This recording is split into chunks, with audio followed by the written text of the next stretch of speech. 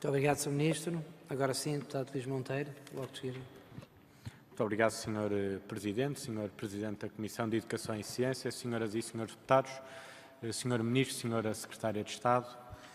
Eu não posso começar esta primeira intervenção sem fazer um apanhado geral, uma leitura geral, enquadrando este Orçamento do Estado.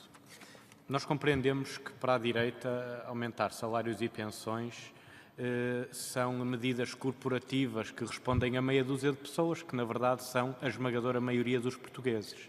E, portanto, sobre a visão da direita em relação a interesses corporativos, já conhecemos bem, tivemos aqui o debate na especialidade, e é até curioso ouvir a senhora deputada Margarida Mano, do PSD, dizer que, por exemplo, descongelar as carreiras no ensino superior é uma medida corporativa. Eu até convido a senhora deputada Margarida Mano a dizer isso aos seus colegas na sua universidade, que descongelar as progressões das carreiras dos seus colegas é uma medida corporativa e que eles, ao fim de todos estes anos, merecem continuar a ter os seus salários congelados, a sua progressão congelada, dizer aos funcionários que pedem a reforma antecipada que devem ter cortes nessas mesmas pensões agravados pelo Governo na altura de PSD-CDS, que devem continuar a ter essas mesmas reformas baixas, que devem continuar a receber pensões de miséria e, portanto, a visão do PSD para o país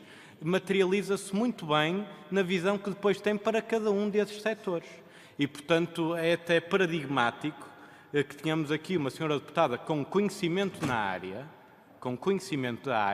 que tenha o desplante de dizer que descongelar carreiras do ensino superior são medidas corporativas, registamos isso e passamos à frente. Este Orçamento do Estado tem dificuldades. A questão das cativações, que já foi aqui assumida pelo Sr. Ministro, é uma delas. A FCT teve uma execução orçamental vergonhosa, porque não há outra expressão para a categorizar. Vergonhosa. Quando nós falamos nos atrasos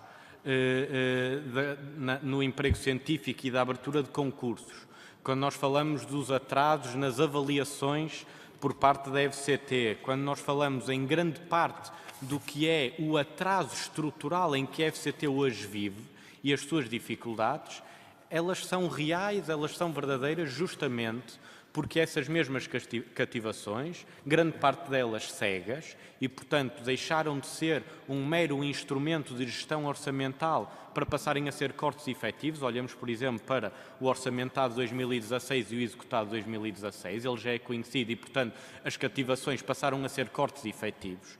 Isso é que nós não podemos deixar passar em claro. Um debate do Orçamento do Estado para 2018 é um debate sobre a proposta de orçamentado, mas é também um olhar retroativo para aquilo que foi executado. E, portanto, um debate sério, com números em cima da mesa, não pode escamotear uma responsabilidade que é responsabilidade executiva por parte do Governo. A Assembleia da República tem, obviamente, uma responsabilidade fiscalizadora. Mas o Governo tem aqui uma responsabilidade acrescida. É o único responsável pelo facto de não ter executado justamente aquilo que o próprio Governo propôs para ser executado. E, portanto, essa é a primeira questão que nós não podíamos deixar passar em claro. A segunda questão tem a ver com o investimento em ação social e o déficit orçamental em que parte do ensino superior vive hoje. Nós, quando discutimos hoje o ensino superior, estamos a falar, na verdade, em dois mundos. Estamos a falar de um mundo onde grande parte das instituições têm déficits orçamentais, vivem num subfinanciamento crónico. Eu relembro que desde 2010 o ensino superior perdeu 30% do seu investimento público, foi, dentro dos serviços públicos, o setor que, do ponto de vista percentual, mais perdeu de investimento público. É verdade que têm vindo a ser dados pequenos passos no sentido de repor um pouco essas perdas. Infelizmente, o executado depois não consegue acompanhar aquilo que é o orçamentado.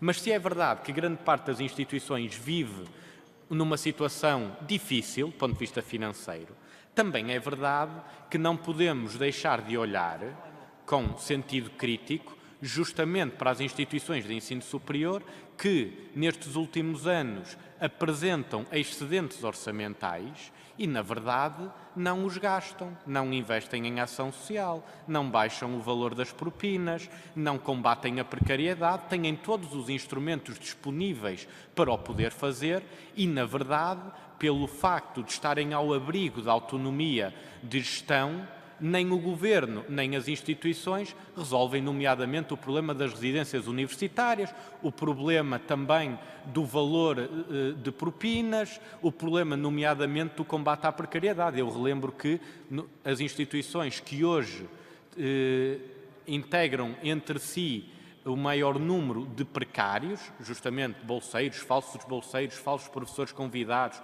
professores a meio tempo, na verdade, são justamente aquelas que têm margens orçamentais para poder abrir concursos para a carreira, para poder combater essas mesmas falsas bolsas. E, portanto, nós estamos num paradigma que precisa de ser alterado profundamente.